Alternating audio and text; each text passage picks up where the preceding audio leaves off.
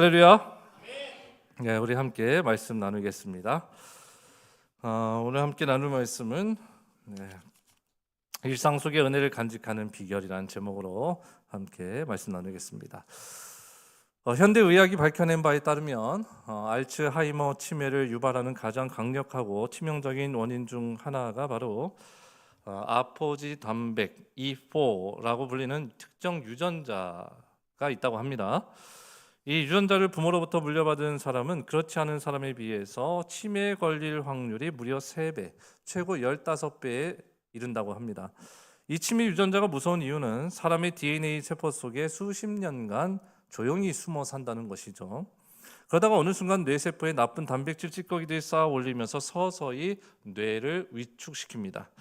뇌가 위축되면 서서히 기억을 상실하게 됩니다. 주변에 사랑했던 가족들, 지인들에 대한 기억이 사라지는 것이죠. 가장 무서운 것은 내가 누구인지에 대한 자기 정체성을 잃어버린다는 것에 가장 큰 두려움이 있는 것입니다. 여러분, 은혜도 마찬가지입니다. 주님이 우리에게 베푸신 은혜에 대한 기억을 지워버리는 영적 치매 유전자가 있다고 합니다. 영적 치매 유전자. 오늘 본문 5절에도 보니까 제자들이 떡 가져가기를 잊었다라고 말씀하고 있습니다. 예수님과 배를 타고 건너편 마을로 건너갈 생각에 그만 제자 누구도 떡을 챙길 생각을 못했던 것이죠. 그 순간 제자들 마음에 염려로 가득 차게 되었습니다. 그 염려는 다름 아닌 건너편 마을에서 당장 먹을 음식이 없다는 사실이었습니다. 그래서 7절에 제자들은 당장 먹을 음식을 어떻게 구할 것인가에 대한 논의를 시작하였다라고 오늘 본문이 말하고 있습니다. 근데 여러분, 이 상황만 딱 놓고 보면 참 기가 막힙니다.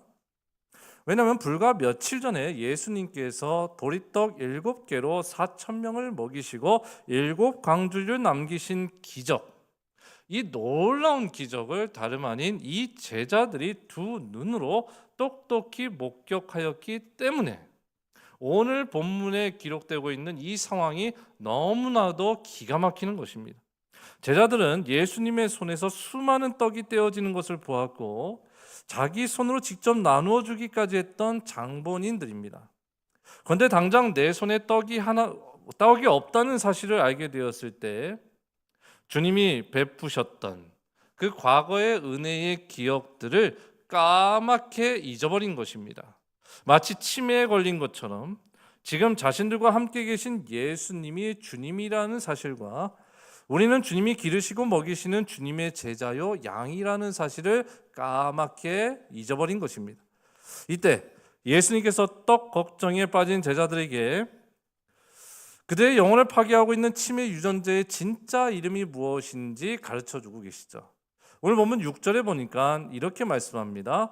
은혜를 까먹는, 잊어버리게 하는 영적 치매 바이러스 유전자입니다. 뭡니까? 삼가, 바리새인과 사두개인들의 누룩을 주의하라 라고 말씀합니다.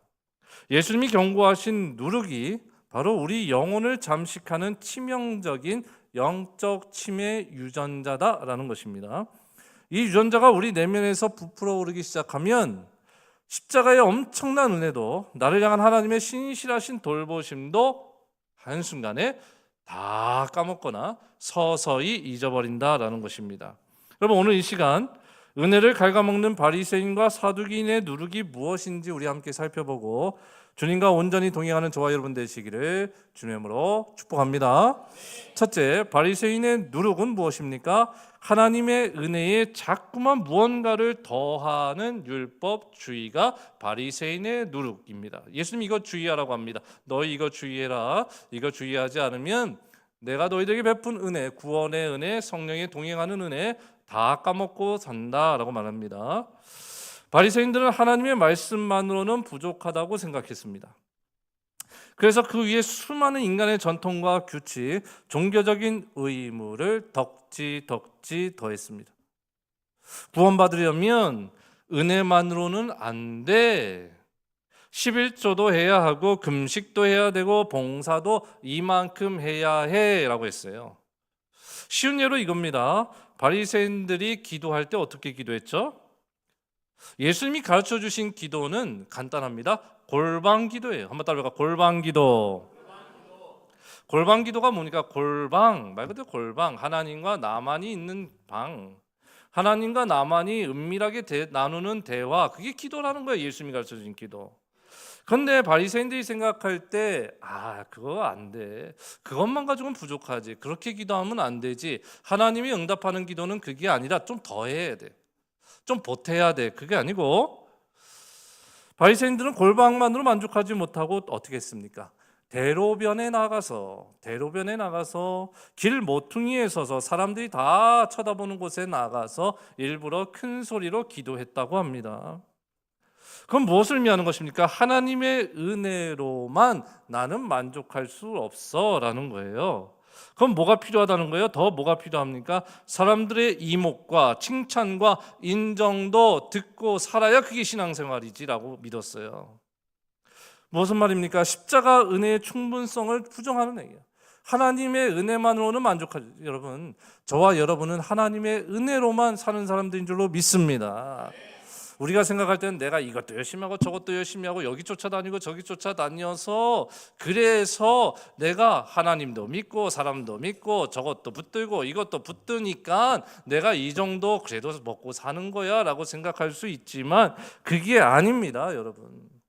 하나님의 은혜가 100%인 줄로 믿습니다.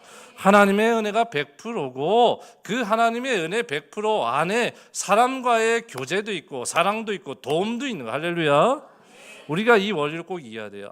하나님의 은혜가 100%구나. 근데 하나님의 은혜 100% 안에 사람의 도움도 있는 것이고 사람과의 교제도 있는 것이고 기도도 있는 것이고 봉사도 있는 것이고. 할렐루야. 이걸 믿어야 돼요.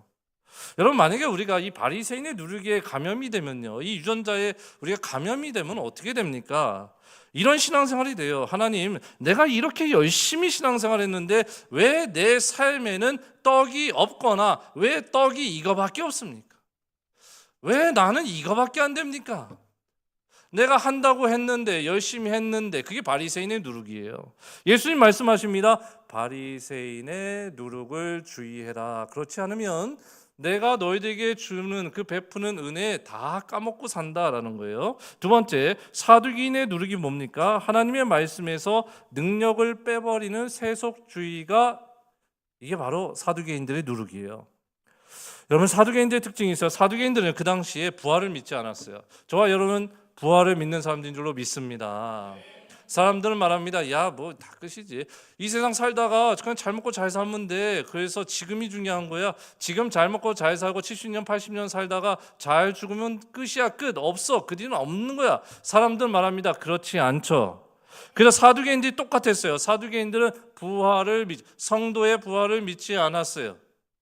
천사도 없다고 했어요. 기적도 없다고 했어요.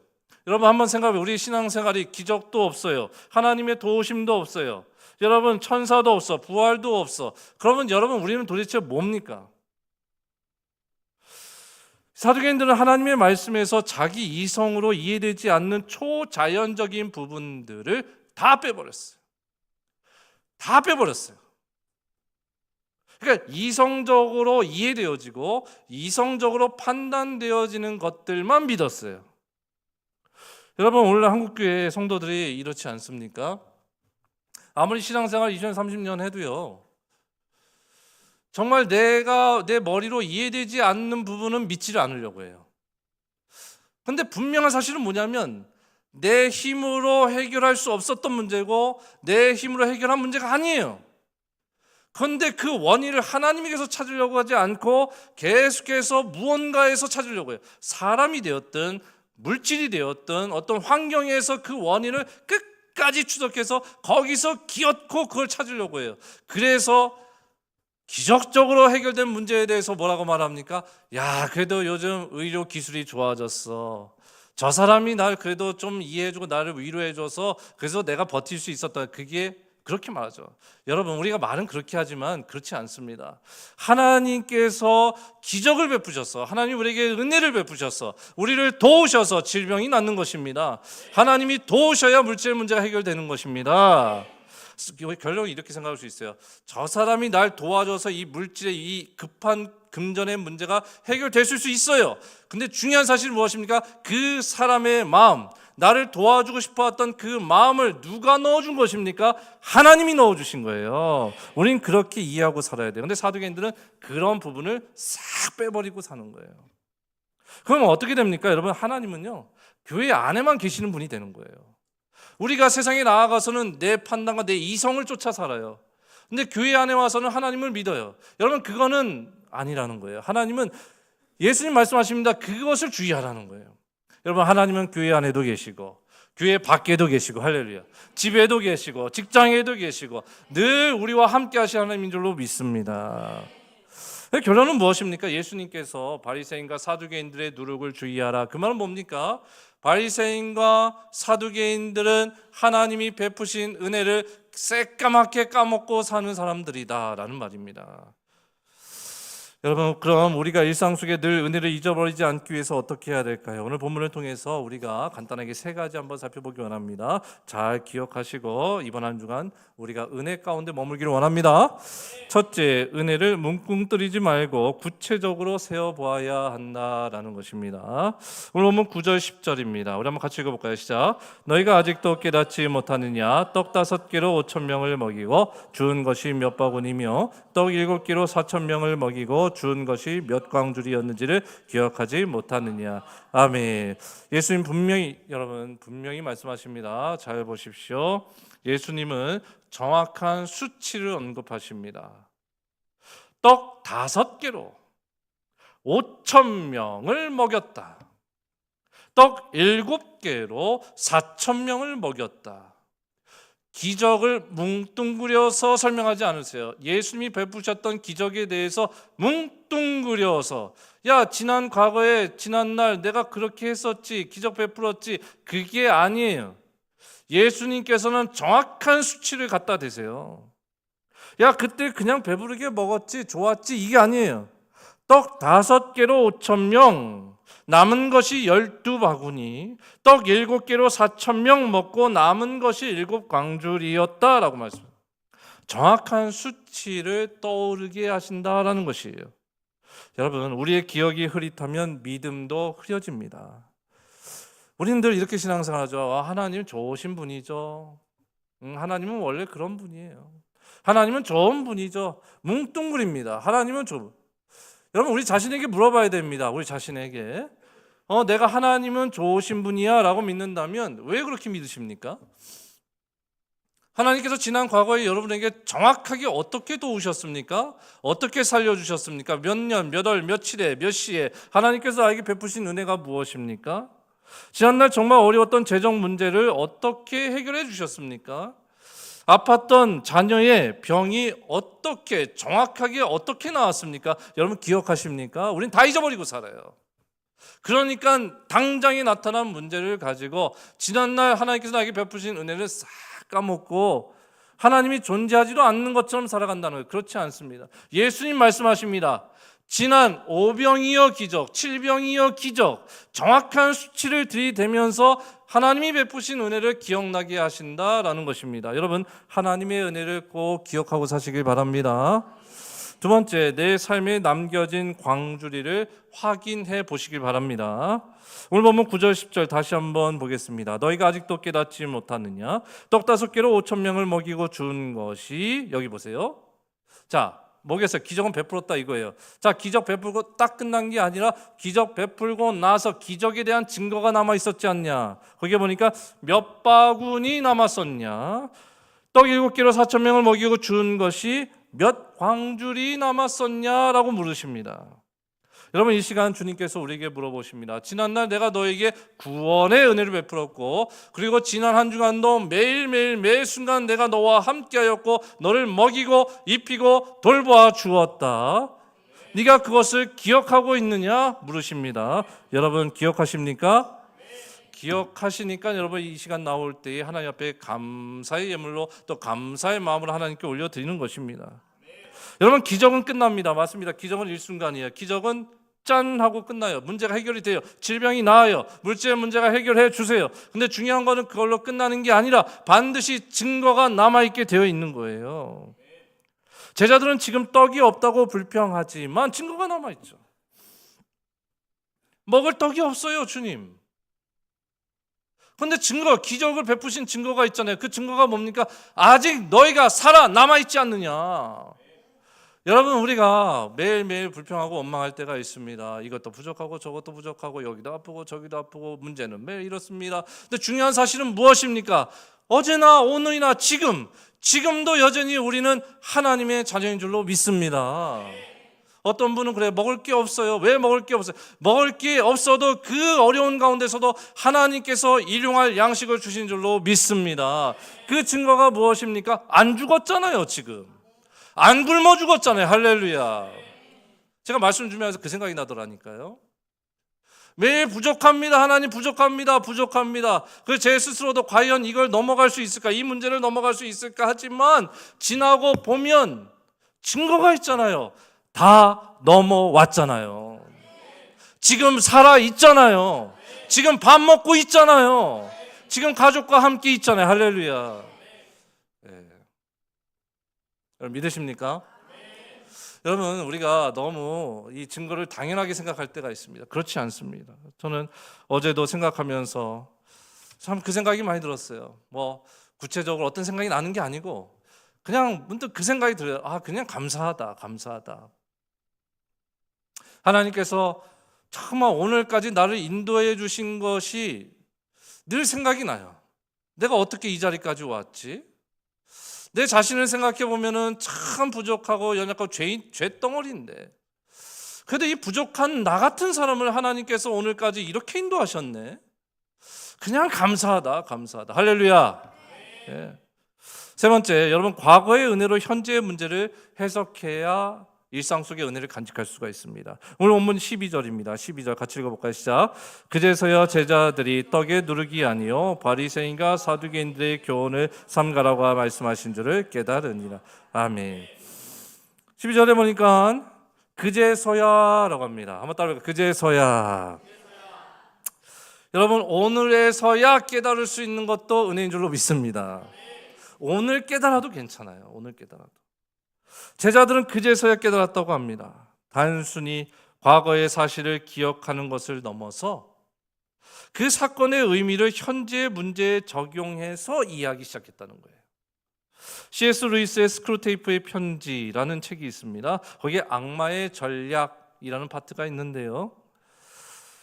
고참 악마 스크루테이프가 조카이자 신참 악마인 웜우드에게 그리스도인들을 어떻게 타락시킬 것인가를 가르치는 편지 내용이 거기에 적혀 있어요. 스크루테이프는 인간의 신앙에는 오르막과 내리막이 반복되는 기복의 법칙이 있다고 말하면서 신앙의 내리막길에 처한 성도를 공격하는 최고의 전략을 이렇게 조언합니다.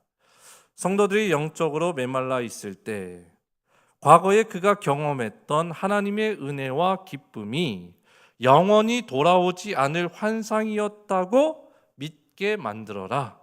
지금 눈앞에 있는 이 결핍과 답답함만이 영원한 현실이라고 뭐 해야 한다? 속여야 한다. 요한복음 6장 51절 이렇게 말씀합니다. 예수님 이렇게 말씀하십니다. 같이 읽겠습니다. 시작. 나는 하늘에서 내려온 살아있는 떡이니 사람이 이 떡을 먹으면 영생하리라. 내가 줄 떡은 곧 세상의 생명을 위한 내 살이니라 하시니라. 아멘. 여러분, 2000년 전 과거에 하늘에서 내려온 살아있는 떡이 바로 예수 그리스도이십니다.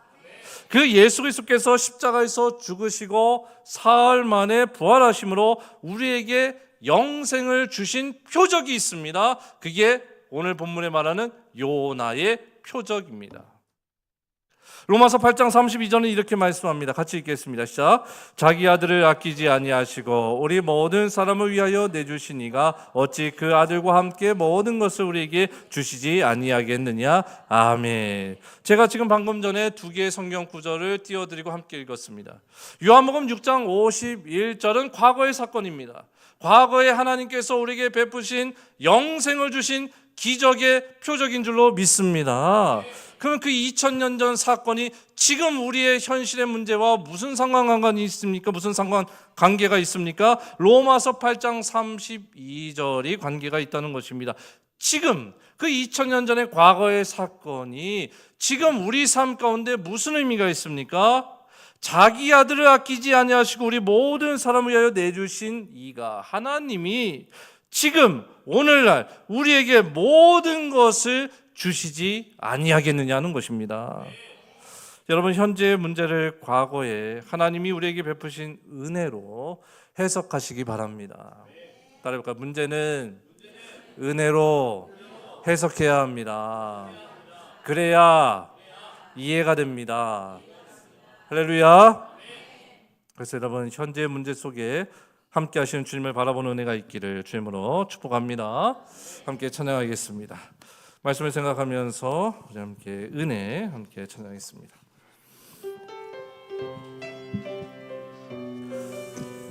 내가 누려왔던 모든 것들이, 내가 지나왔던 모든 시간이 당연한 것 아니라 은혜였어. 우리 함께 고백하는 마음으로 찬양하겠습니다. 내가 누려왔던 모든 것들이, 내가 지나왔던 모든 시간이, 내가 걸어왔던 모든 순간이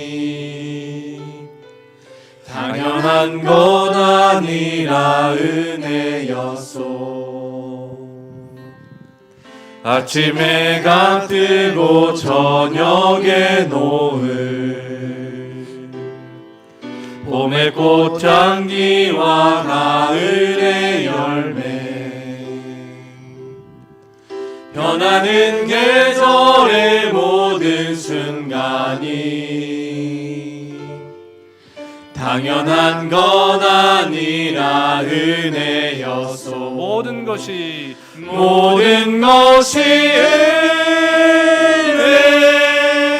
은혜, 은혜, 한없는 은혜. 내 삶에 당연한 건 하나도 없었던 것은 모든 것이 은혜였소. 내가 이 땅에 태어나 사는 것, 어린아이 시절과 지금까지 숨을 쉬며 살며 꿈을 꾸는 삶, 당연한 것 아니라 은혜였소. 내가 하나님의 자녀로 살며 오늘 찬양하고 예배하는 삶, 복음을 전할 수 있는 축복이 당연한 건 아니라 은혜였소. 두 손을 가슴에 대고 모든 것이 은혜, 은혜, 은혜, 한없는 은혜. 내 삶에 당연한 건 하나도 없었던 것을 모든 것이 은혜였소. 모든 것이 은혜, 은혜,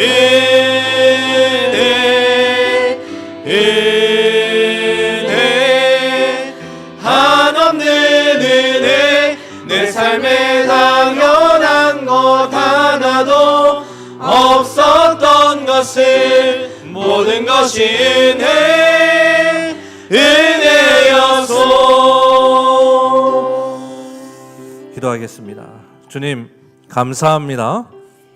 우리가 하나님의 은혜로 구원받고 또 주님과 동행하는 이 삶이 기적 중에 기적인 줄로 믿습니다.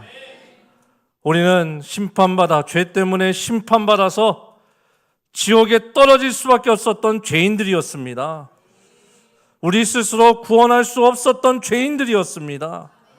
그런 죄인들을 하나님께서 값없이 하나님의 아들을 십자가에 내어주심으로 우리의 죄를 사하여 주신 줄로 믿습니다. 그리고 우리에게 영생을 주신 줄로 믿습니다. 그것이야말로 하나님의 은혜요 기적 중에 기적인 줄로 믿습니다. 주님이 우리를 구원하신 것이 그것이야말로 비합리적인 은혜였고 비이성적인 은혜였습니다. 그런데 우리는 신앙생활하면서 합리적인 판단만 구하고 이성적인 판단만 구하며 살았던 우리의 어리석음, 바리새인과 사두개인과 같이 어리석게 살았던 우리를 불쌍히 여겨 주시옵소서. 형식과 틀에 매이지 않는 은혜를 주시는 주님, 우리가 하나님의 은혜를 자의로 재단하지 않게 하여 주시옵소서. 제한하지 않게 하여 주시옵소서. 불가능한 상황 속에서도 얼마든지 역전의 기적을 일으키시는 주님을 우리는 믿습니다. 그 주님이 우리와 함께 하시는 줄로 믿습니다. 그래서 주님, 우리가 늘 은혜의 주님과 동행하며 세상 속에서 그리스도의 향기로 살아가게 하여 주시옵소서. 이제는 우리 주 예수 그리스도의 은혜와 하나님 아버지의 크신 사랑과 성령님의 감화감동 교통하심의 역사가 일상 속에 은혜를 간직하며 살기를 소원하는 공주정황투님의 모든 성도들과 모든 가정과 자녀 그리고 모든 일터 위에 영원토록 함께 하시기를 주님으로 간절히 축원하옵나이다. 아멘.